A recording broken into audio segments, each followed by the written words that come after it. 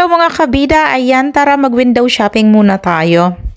Pero ikot-ikot lang tayo, pero huwag kayong mahihilo kapag nakita nyo yung presyo kasi katulad ko, kamuntik na akong hindi lumingon dahil sa presyo na yan. Ayan yung may running water niya, ganyan yung presyo. Sabi ko, hala, ganun na kaagad yung presyo nun.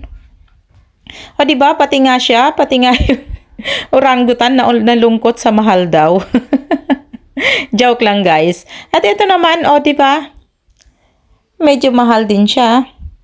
At syempre, hindi nawawala yung mga Christmas decors sa loob. Yun talaga yung sadya din namin dito pag ikot. Ikot-ikot lang guys. Yung Christmas tree talaga yung hinahanap namin. Pero as usual, wala kaming nagustuhan dito sa tindahan na ito. At syempre, medyo pricey din siya. Kaya sabi ko, sige, hanggang ikot lang tayo. So talagang ang hinahanap talaga namin is yung fresh na halaman. Kaya lang hindi kami na pumunta dun sa kabilang side nila. Sabi ko baka parang wala pa kasi wala silang naka-display sa labas. Kaya hanggang turo-turo na lang tong mga anak ko.